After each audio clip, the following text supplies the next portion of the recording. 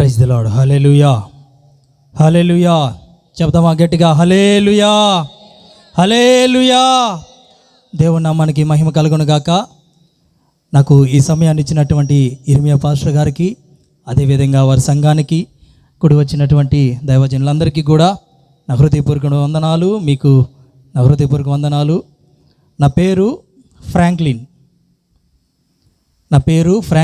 నేను సాక్ష్యం చెప్పాలని మీ మధ్యలోనికి వచ్చి ఉన్నాను. నేను దగ్గర మన ముప్పల్ల ప్రాంతంలో, వీళ్ళకి అందరికీ తెలుసు, అన్నోళ్ళకి అక్కోళ్ళకి అందరికీ. కానీ నా సాక్ష్యం వాళ్ళకి ఎవరికి తెలియదు. దైవజనులకు కూడా ఇంతవరకు నా సాక్ష్యము తెలియదు. నా సాక్ష్యం ఏంటంటే, నాకు ఇంచుమించుగా ఒక 28-29 సంవత్సరాల లోపే ఉంటాయి. అయినప్పటికీ నేను లోకంలో పడిపోయి చాలా తాగుడుకి, పాన్ పరాగులు వేసుకుంటా, మీరాజు, అట్లాంటి వాటి పేర్లన్నీ నాకు తెలుసు, మీకు తెలుసు, వాటి చెప్పాల్సిన అవసరం లేదు. నా పళ్ళు మొత్తం ఆ పాన్ పరాగులు వేసుకుని మొత్తం ఎర్రగా అయిపోయి పళ్ళంతా మంట పుట్టుతూ ఉండేది. మొదటిగా నా చిన్నతనం నుండి నేను చదువుకోమంటే చదువుకునేవాడిని కాదు. మా అమ్మోళ్ళు బడికి పంపిస్తే అప్పుడు బ్యాగులు కూడా లేదు. ఒక గోని సంచిలో పలక పెట్టుకొని బడికి అని చెప్పేసి మా అమ్మోళ్ళు పనికి వెళ్ళిన తర్వాత నేను బడికొని అక్కడ దాకా వెళ్ళి బ్యాగ్ అక్కడ పెట్టి, నాది ఆ పలక అక్కడ పెట్టి వచ్చి వరవలు ఉంటాయి కదా, కాలువలు, ఆ కాలువ తూముల్లో వెళ్ళి పడుకునేవాడిని. స్కూల్లో గంట కొట్టినప్పుడు మరలా పరిగెత్తుకుంటా పిల్లలతో పాటు కలుసుకునేవాడిని. ఆ తరువాత మరలా గంట కొట్టినప్పుడు లోపలికి రమ్మని నేను మరలా వెళ్ళిపోయి అక్కడే కూర్చునేవాడిని. అట్లాగా నా చదువు వచ్చేది లేదు. మా అమ్మ మా నాన్న ఇంటికి వచ్చి నన్ను కొట్టేవాళ్ళు. నాకు అనిపించేది, నాకు ఈ చదువు ఎట్టా రాదు, వీళ్ళతో రోజు కొట్టించుకునే కాడికి చచ్చిపోదామేమో అని అన్నట్టుగా ఆలోచన వచ్చేది. అయితే చాలాసార్లు నేను చచ్చిపోదామని అనుకున్నా, కానీ ఏ రోజు దేవుడు నన్ను చేయి విడిచిపెట్టలేదు. అయితే ఆ రోజు నాకు చదువుకోవడానికి రాలేదు. నేనైతే 2వ తరగతి 2 సార్లు చదివాను, 3వ తరగతి 3 సార్లు చదివాను. మా ఊర్లోనే నాకు మంచి రికార్డు ఉంది మా స్కూల్లో. 5వ తరగతిలో 4వ తరగతిలో సగం చదువుకుంటూ వెళ్ళాను. అయితే ఆ స్కూల్ మొత్తంలో నేనే లీడరు. ఆ స్కూల్ తాళాలు మొత్తం నా దగ్గరే ఉంటాయి. ఎందుకంటే అక్కడ అందరూ పిల్లోళ్ళు ఎంత ఉండేవాళ్ళు, నేను ఒక్కడిని ఎంత ఎత్తునుండేవాడిని. Praise the lord. హల్లెలూయా, హల్లెలూయా.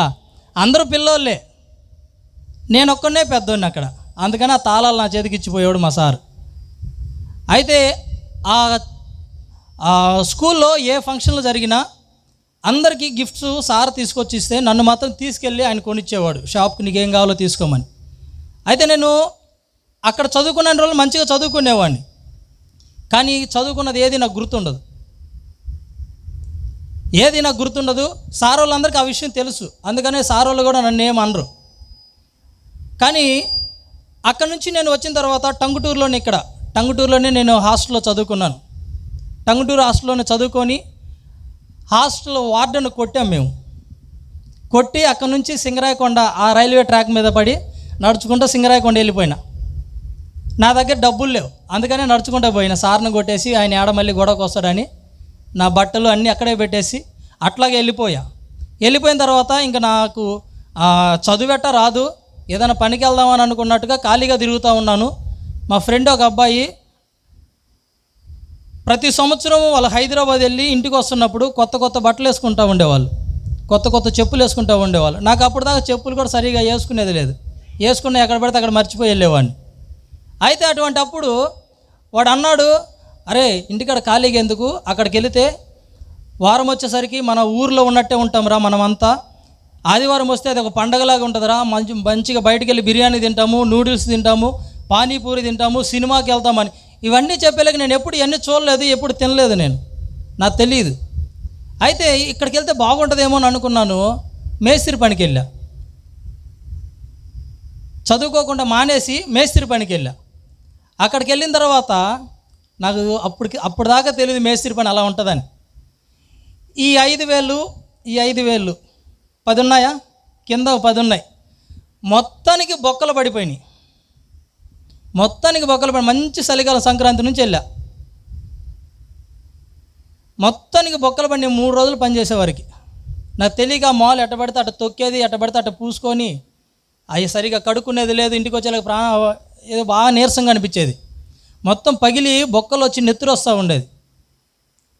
అయితే నాకు అనిపించింది, ఇంటికి వచ్చిన తర్వాత కాళ్ళు కడుక్కుంటూ ఉంటే పుండు మీద కారం జల్లినట్టే ఉంది ఆ నీళ్లు తగులుతూ ఉంటే. ఆ రూము, మాకు ఒక రూమ్ ఇచ్చాడు మేస్త్రి. ఆ రూమ్లో కూర్చొని ఆ కాళ్ళు చేతులు చూసుకుంటా ఏడుస్తూ ఉండేవాడిని. అన్నం తినేది లేదు, ఏడుస్తూ ఉండేది. ఎందుకు వచ్చానా అనిపిస్తుందే కానీ మళ్ళీ అందరికంటే పొద్దున్నే మేస్త్రి లేవగొడతారు, సుకుమారా అని లేవగొడతారు. మా పక్కన ఇంకొక అబ్బాయి ఉన్నాడు. అరే సుకుమారా అని వాడిని లేవగొట్టంగానే ఆ మేస్త్రి అనేది వాళ్ళందరికంటే ముందు నేనే పోయి ఉండేది గేటు దగ్గర. ఆ సంక్రాంతి నుంచి తొలే కాశి దాకా నేను పని చేసే ఒక్క నాగా లేదు నాకు, ఆదివారం తప్ప నుంచి. ఫస్ట్ సంవత్సరం వెళ్ళినప్పుడు దేవుని మహాకృపను బట్టి నాకు బొక్కల బండి, నేను రోజు ఆడకొచ్చి మేస్త్రితో చెప్పాను, నేను ఊరికి పోతున్నాను రేపు, నువ్వు డబ్బులు ఇచ్చినా ఈ పని నేను ఎట్టని ఊరికి వెళ్ళేదేనని చెప్పి ఆయన మీద గొడవకి వెళ్ళేవాడిని. పొద్దున్నే లేచి మళ్ళీ పనికి వెళ్ళేవాడిని. అలా ఆదివారం వచ్చినప్పుడు చాలా బాగుండేది. మంచిగా సినిమాకి వెళ్ళే వాళ్ళమి. అక్కడ సినిమాకి వెళ్ళేసి వస్తా ఏమో ఒకటి తినేది, ఇంటికి వచ్చేది. 50 రూపాయల కంటే ఎక్కువ వీడాయన మాకు. అవి సినిమాకి వెళ్తే అక్కడ నేరేడుమిట్ట ఈసీఎల్ దగ్గర 30 రూపాయలు సినిమాకి టికెట్. వెళ్ళేసి అంత 20 రూపాయలతో ఏమైనా కొనుక్కొని తినేవాడిని. అలాగుండేవాడిని. ఆ తర్వాత 2 సంవత్సరాల తర్వాత అట్లాగే పనికి వెళ్తూ ఒక దగ్గర ఇంటి దావత్ జరుగుతూ ఉంటే థమ్సప్ స్ప్రైట్ అని చెప్పేసి మాకు ఒక గ్లాసులో బియర్ పోసారు. నాకు తెలీదు, అదే ఫస్ట్ టైం తాగటం. అలా తాగటం మొదలుపెట్టి ఆ ఒక్క దావత్లో తాగాను. ఆ తరువాత అలాగే నెక్స్ట్ ఇంకో దావత్కి వెళ్ళినప్పుడు ఆ దావత్లో కూడా అలాగే పోసారు. అప్పుడు తాగినప్పుడు బాగుండింది, అందుకని ఈసారి 2 గ్లాసులు ఎక్స్ట్రా తాగేసి ఇంటి ముందు బేస్మెంట్ వేసుంటే ఆ కొత్త ఇంటి దగ్గర దాని మీద కూర్చున్నాను. కరెంట్ సీమలు మొత్తం ఫుల్ గుట్టేసాయి. మా వాళ్ళు ఇంకా ఆటోలో ఎక్కించుకొని తీసుకెళ్లారు ఇంటికి హైదరాబాద్లో. అలాగా అక్కడ మొదలుపెట్టినాను. 2021 దాకా ఫుల్గా తాగుతూనే ఉన్నా. ఈ మధ్యలో ఒక 2 సంవత్సరాలు మానేసా. 2015, 16 ఈ 2 సంవత్సరాలు మానేసి చెన్నైలో బైబిల్ ట్రైనింగ్ కోసం అని చెప్పేసి మా తాత రమ్మన్నప్పుడు నేను అక్కడికి వెళ్ళా. ఈ 2 సంవత్సరాలు మానేసి 2016 చివరిలో బాప్తిసం తీసుకున్న తర్వాత నాకు కొంచెం హెల్త్ బాగలేక నేను అక్కడి నుంచి వచ్చేసా, చెన్నై నుంచి. అక్కడ చదువుకున్న దానికి, నేను బైబిల్ ట్రైనింగ్ చేసిన దానికి ఆ సర్టిఫికేట్ తెచ్చుకున్న తర్వాత నేను ఇంటికి వచ్చిన తర్వాత పిల్లలతో ఇలాగ తిరగటం మొదలుపెట్టేసి బాగా చాలా అంటే చాలా తాగటం మొదలుపెట్టాను. అప్పుడు ఇంకా ఎక్కువైపోయింది తాగటం. తాగి మా అమ్మ మీద మా నాన్న మీద గొడవకి వెళ్ళేవాడిని. మా నాన్న చొక్కా పట్టుకుని కొడతాననేవాడిని. అలా చేస్తూ ఉండేవాడిని. ఎందుకంటే మా నాన్న కూడా తాగుపోతాడే, మా నాన్నే మంచోడేం కాదు, మా నాన్న కూడా అట్టంటాడు. మా నాన్న చూస్తే నేను కూడా అలాగే నేర్చుకున్నా. మా నాన్న ఇంట్లోకి తెచ్చుకొని ముందు ఆగేవాడు. మేము ఎన్నోసార్లు చెప్పాం, నాన్న అట్లా తెచ్చుకోమాక నాన్న అని. కానీ వాళ్ళు అలాగే తెచ్చుకుంటూ ఉండేవాడు మా నాన్న. మేము అలా చూసి అలాగే నేర్చుకున్నాం, ఓహో ఇంతే కదా అని. నేను కూడా ఇంట్లోకి తీసుకోపోయి తాగేవాడిని. నేను చిన్న వయసులోనే ఇలా అన్నీ నేర్చుకున్న తర్వాత మరలా ఇంకో సైతాన్ని పట్టుకునింది, ప్రేమ. ఒక అమ్మాయిని ప్రేమించాను. ఆ అమ్మాయిని ప్రేమించి పని లేదు బాట లేదు, ఆ అమ్మాయి చుట్టూ తిరుగుతా 2.5 సంవత్సరం అమ్మాయి చుట్టూరే తిరిగా. అలాగే తాగటం మొదలుపెట్టాను. అలాగే నా జీవితం అంతా అలాగే గడిపేశాను. ఆ తరువాత దేవుని మహాకృపను బట్టి నేను బైబిల్ ట్రైనింగ్ చేసింది ఇదంతా నాకు గుర్తొస్తూ ఉంది. తాగినప్పుడల్లా నాకు అదే గుర్తొస్తూ ఉండేది. అయ్యో ఎందుకు తాగుతున్నాను, మానేద్దాం, ఈరోజు మానేద్దాం, రేపు మానేద్దామని 2 రోజులు 3 రోజులు తాగిన తర్వాత మరలా దాన్ని మానేసేవాడిని. ఒక 2-3 రోజులు మళ్ళీ దాని జోలికి వెళ్ళను. మరలా అలాగే తాగటం మొదలుపెట్టేవాడిని. నేను చిన్న వయసులోనే ఇవన్నీ నేర్చుకొని చాలా అంటే చాలా ఇబ్బంది పడ్డా. నేను ఫుల్గా తాగేసిన తర్వాత బాగా దగ్గొచ్చేది. ఇక చచ్చిపోతానేమో, బాగా ఆయుసం వచ్చేది. నా పక్కన ఒక చిన్న పిల్లోడు ఒకడు ఉండేవాడు. వాడు పై మనిషి, అప్పుడు నేను మేస్త్రిని. నా దగ్గరే వాడు మాలు అందించేవాడు. నేను ఎక్కడికి వెళ్ళినా వాడికి నేను ప్రతి దాంట్లో వాడికి అన్నీ నేనే చూసుకుంటూ ఉండేవాడిని. అయితే నేను దగ్గుతా అలా పడిపోయినప్పుడు వాష్రూమ్కి వెళ్ళి బాత్రూంలో పడిపోయేవాడిని. వాడు నన్ను అక్కడి నుంచి కూడా తీసుకొని వచ్చేవాడు పిల్లోడు. మళ్ళీ పొద్దున్నే లేచి, అన్న ఏందన్నా రాత్రి అట్ట చేసా, తాగమాకన్నా అని చెప్పి వాడు నా ముందు కూర్చొని ఏడుస్తూ ఉండేవాడు. వాడు ఇప్పుడు కూడా నాకు అప్పుడప్పుడు ఫోన్ చేస్తూ ఉంటాడు, అన్న ఎలా ఉన్నావన్నా, నువ్వు రోజు ఫోటోలు పెడతా ఉంటే చాలా సంతోషంగా ఉందన్నా అని అంటాడు. అలాగ నేనున్నాను. మాకు బార్లో కూడా ఫ్రీగానే మందు పోసేవాళ్ళు. ఎందుకంటే ఆ బారు ఓనర్ది మేము ఇల్లు కట్టాం. మేము ఎప్పుడు వెళ్ళినా రే మేస్త్రి వచ్చాడు, మేస్త్రికి ఏం కావాలో ఇయ్యనరా అని చెప్పి మాకు ఫ్రీగానే మందు ఇచ్చేవాళ్ళు. మా బాబాయ్ అక్కడ ముఠా మేస్త్రి.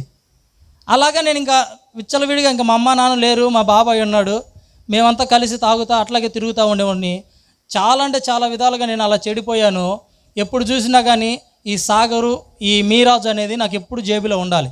అన్నం తిన్న తర్వాత ఎమ్మిటిని వేసుకోవాలి, మరలా నీళ్ళు తాగేటప్పుడు చూసేస్తా, మళ్ళీ ఎమ్మిటిని వేసుకుంటా, మళ్ళీ తినేటప్పుడు మళ్ళీ. నాకు ఖాళీగా నోరు ఉండదు, ఎప్పుడు ఇక్కడ వేసుకొని నేను తెత్తుండేది మూతి. అలా అలవాటు చేసుకున్నాను. కొన్ని రోజుల తర్వాత నాకు అనిపించింది, అమ్మో ఇవన్నీ వ్యర్థము అని అనిపించిన తర్వాత నేను కల్వర్ టెంపుల్కి వెళ్తూ ఉన్నా. ఆ తర్వాత అక్కడికి కూడా ఉదయాన్నే లేచి వెళ్ళేవాడిని. తర్వాత కొన్ని రోజుల తర్వాత నాకు అక్కడికి కూడా వెళ్ళబుద్ధి కాల, మరలా తాగటం మొదలుపెట్టేశాను. తర్వాత మా తాత చెన్నైలో పాస్టర్, ఆయన నా కోసం చాలా ప్రార్థన చేశాడు. ఆయన ప్రార్థన ద్వారా నేను మరలా ఎడ్లూరుపాడు, మీ అందరూ తెలిసే ఉంటుంది, ఈ మండలమే, జరుగుమల్లి మండలం, అది కూడా జరుగుమల్లి మండలం ఎడ్లూరుపాడు గ్రామంలో నేను అక్కడ పాస్టర్గా, మా తాత అక్కడ సంఘం కట్టి అక్కడ నన్ను నిలబెట్టాడు. నేను అక్కడ నిలబడిన తర్వాత ఏ రోజు నాకు మందు తాగాలి, ఏ రోజు ఇలా తిరగాలి, ఏ రోజైనా ఇలా అమ్మాయిలతో మాట్లాడాలి అనే ఏ ఆలోచన నాలో లేదు. ఆ రోజుతోనే అక్కడ నువ్వు పాస్టర్ రా అని నాతో మా తాత చెప్పాడు. ఆ రోజు నుంచి ఈ రోజుకి కూడా నాకు నా మైండ్లో ఆ ఆలోచనలు అనేవి ఒక్కటి లేవు. అక్కడ సంఘంలో ఉన్న తర్వాత ఒక 8 నెలలకే మా తాత ఒక పెళ్లి సంబంధం తీసుకొచ్చాడు. అక్కడ పెళ్లి సంబంధం తీసుకొచ్చిన తర్వాత హైదరాబాదులో అమ్మాయిని మాట్లాడేసి నాకు వివాహం చేశారు. పరిచర్య బాగా కొత్తగా ఉంది కదా, అనుభవం లేదు కదా అని చెప్పేసి నాకు మా తాత ఒక ఆటో కొనిచ్చాడు. అలా జరుపుకుంటూ వస్తూ ఉన్నాను. మాకు ఒక పాప. ఇప్పటికీ నేనైతే దేవుని పరిచర్యలో అలాగే వాడబడుతూ ఉన్నా. నేను చాలా అంటే చాలా తాగుతూ అలా జీవితాన్ని పాడు చేసుకొని ఎలా అంటే అలా బ్రతుకుతూ ఉన్నా. అలా తాగుతూ ఉన్నప్పుడు ఒకసారి నేను కింద పడినప్పుడు ఇక్కడ మూతంతా పగిలిపోయింది, ఇక్కడ కుట్లు పడ్డాయి, ఇక్కడంతా కుట్లు పడి తోలంతా ముందుకి ఊగులాడుతూ ఉంది. ఇక్కడంతా బ్లడ్ ఇక్కడ గడ్డగట్టి ఉంటుంది. నాకు నేను కటింగ్ చేయించుకున్నానంటే మొత్తం ఇక్కడ కనిపిస్తూ ఉంటుంది, నాకు తలకి గడ్డలాగా కనిపిస్తుంది, నెత్తురు గడ్డ. నేను ఒక్కరోజు నిద్ర ఆగానంటే 2 రోజులు నిద్రపోయినా నాకు నిద్ర సరిపోదు. అలాంటిది నేను పాస్టర్గా అయిపోయి దేవుని పరిచర్యలో ఉన్నప్పుడు నేను చాలా రాత్రులు నిద్రకు ఆగగలుగుతా ఉన్నా. ప్రైజ్ లార్డ్, హల్లెలూయా, హల్లెలూయా. అలా ఉన్నానంటే అది కేవలం దేవుని కృపే. ఎందుకంటే ఒక్కరోజు నేను నిద్ర కాగానంటే 2 రోజులు నిద్రపోయినా నాకు నిద్ర సరిపోయేది లేదు. అటువంటిది నేను ఈ పరిచర్యలకు వచ్చిన తర్వాత చాలాసార్లు నేను విడిగా అంటే తక్కువే, కానీ మన ఇర్మియా పాస్టర్ గారితో అయితే నైట్లో చాలా టైం స్పెండ్ చేస్తూ ఉంటాం మేము. రాత్రి కూడా ఇక్కడ ఇవన్నీ కట్టేసి ఇంటికి వెళ్ళి పడుకునే వారికి ఒకటి అయిపోయింది ఇంటికి. ఈ లైట్లన్నీ రాత్రి మేమంతా వచ్చి కట్టాం. దానికి ముందు ఒక 2-3 రోజులు మాకు నిద్ర లేదు. మా ఇంటికాడ మా పాపది పుట్టినరోజు, 2 రోజుల నుంచి నాకు అక్కడ నిద్ర లేదు. ఇప్పటికీ కూడా నాకు తలంతా నొప్పిగా ఉంది. అన్నకి నేను చెప్పాను, అన్న నేను వచ్చి సాక్ష్యం చెప్తానన్నా, ఎందుకంటే నేను ఇంతకుముందు ఇలా తాగుతూ ఇలా తిరుగుతూ ఉన్నానన్నా, నా సాక్ష్యం చెప్పితే ఎవరైనా మారుతారేమో, ఎందుకంటే నేను ఎలా జీవించానో నాకు తెలుసు. ప్రతి యవనస్తుడు కూడా ఖచ్చితంగా మారాలి. ఎందుకంటే వాటి వల్ల మనకి సంతోషం లేదు, అది కొంతసేపే మన సంతోషం వస్తుంది. ఎందుకంటే నేను తాగినప్పుడు చాలా సంతోషంగా అనిపించేది, తాగింది దిగిపోయిన తర్వాత ఎందుకు తాగానా అని అదొక ఫీలింగ్ వస్తూ ఉండేది. దానివల్ల మనకు ఉపయోగం ఏమీ లేదు, ఆరోగ్యం దెబ్బతింటుంది అంతే. అలాగే నేను దగ్గుతూ చాలా అంటే చాలా విధాలుగా నేను ఆడ పాడైపోయి ఉన్నప్పుడు ఒకరోజు మా తాత ఫోన్ చేసి అలాగే అడుగుతూ ఉంటే, నేను తాత నన్ను ఊరక డిస్టర్బ్ చేయొద్దు, నన్ను పిలవద్దు, నేను రాను, దేవుని పని చేయడం నాకు ఇష్టం లేదని చెప్పాను. గొడవ పెట్టుకున్నా మా తాతతోటి. ఆయన నన్ను విడిచిపెట్టలేదు, ప్రార్థన చేశాడు, నన్ను అక్కడికి నడిపించాడు. ఇప్పుడు ఎడ్లూరుపాడులో నేను సేవ చేస్తూ అక్కడ ఉన్నాను. నా సేవలో ఇర్మియా పాస్టర్ కానీ అన్న కూడా కిరణ్ అన్న, కళ్యాణ్ అన్న, అలాగే నేనైతే ఏ ఫెలోషిప్లో ఏ సంఘంలోకి నేను వెళ్ళను. ఎందుకంటే పాస్టర్ ఫెలోషిప్స్ అని జరుగుమల్లి మండలం అని, కందుకూరు మండలం అని, వలేటివారిపల్లి మండలం అని, పొన్నలూరు మండలం అని, ఇలా మండలాల వారీగా పాస్టర్ ఫెలోషిప్లు ఉన్నాయి. కానీ నేను ఏ ఫెలోషిప్కి వెళ్ళను, ఎవరిని నేను నమ్మను. అలా అన్నానని ఇక్కడ ఉన్న సేవకులు ఎవరైనా బాధపడతారేమో, నేనైతే బాధపడను. ఎందుకంటే సేవకుల్లో కూడా కొంతమంది కొన్ని రకాలుగా ఉన్నారు, అందుకని నేను వెళ్ళను. సేవకులు నమ్మిస్తారు, మోసం చేస్తారు. అటువంటి వారు చాలామంది ఉన్నారు. దేవుని పరిచర్యకై ఎవరైతే ఏర్పరచుకుంటారో, ఎవరైతే దేవుడే ఏర్పరచుకుంటారో వారే నిజంగా సేవలో నిజమైన ఆత్మలను రక్షించేదానికి వాళ్ళకి ఆ దేవుడు అలా అనుగ్రహిస్తాడు. ఎందుకంటే చాలామంది వేషధారణగా సేవకులు వచ్చి ఉన్నారు. సంఘంలోకి వెళ్ళినప్పుడేమో మంచిగా సేవలో బాగా బలపడినట్టు, వాడబడినట్టు భయంకరంగా వాక్యాన్ని చెప్తారు. కానీ బయటకు వస్తే వాళ్ళ సాక్ష్యము అలా ఉండదు. అందుకని నేను నా కళ్ళతోటి నేను చుట్టుపక్కల మండలాల్లో చాలామందిని చూశాను. అందుకని నేను ఎవరి దగ్గరికి వెళ్ళను. నేను ఈ 4 సంవత్సరాల్లో ఈ జరుగుమల్లి మండలంలో నాకు ఏ పాస్టర్ తెలియదు. నేను ఏ పాస్టర్కి తెలియదు. అసలు నేను పాస్టర్ అంటే ఎవరో నమ్మరు, మీరు కూడా నమ్మరు. కానీ 3 సంవత్సరాల నుంచి నేను దేవుని సేవ చేస్తూ ఉన్నా. ఇది 4వ సంవత్సరం. దేవుడు నన్ను, నా పరిచర్యను ఇంకా ఆశీర్వదించాలి, నా కుటుంబాన్ని దేవుడు ఆశీర్వదించాలి. నాకు ఒక చిన్న పాప, నేను ఇప్పుడు కూడా యవనస్తున్నే కాబట్టి నా కోసం ప్రార్థన చేయండి. ఎందుకంటే ఈ సాతాన్ అనేవాడు ప్రతి వాడిని మోసపుచ్చుతాడు. ఆడికి ముసలోడు అని ఉండదు, కుర్రోళ్ళని ఉండదు, ఆడోళ్ళని ఉండదు, మగోళ్ళని ఉండదు, ఏమీ ఉండదు. ఫ్రీ వాడికి, ఎవరినైనా మోసపుచ్చుతాడు.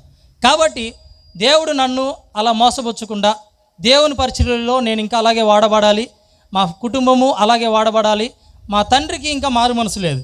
మేము ప్రతిరోజు ప్రార్థన చేస్తూ ఉంటాం మా నాన్న కోసం, మా కుటుంబం కోసం, మా పరిచర్య కోసం మీరందరూ కూడా ప్రార్థన చేయాలని ఈ చిన్న సాక్ష్యం దేవుడు దీవించును గాక.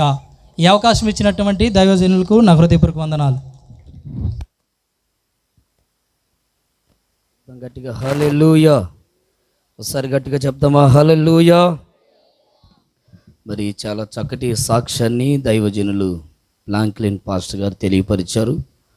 యవన కాలంలో, చిన్న వయసులో అనేక సందర్భాలలో లోకమనే పాప ఊబిలో చిక్కుకొని ఎన్నో తిప్పలబడి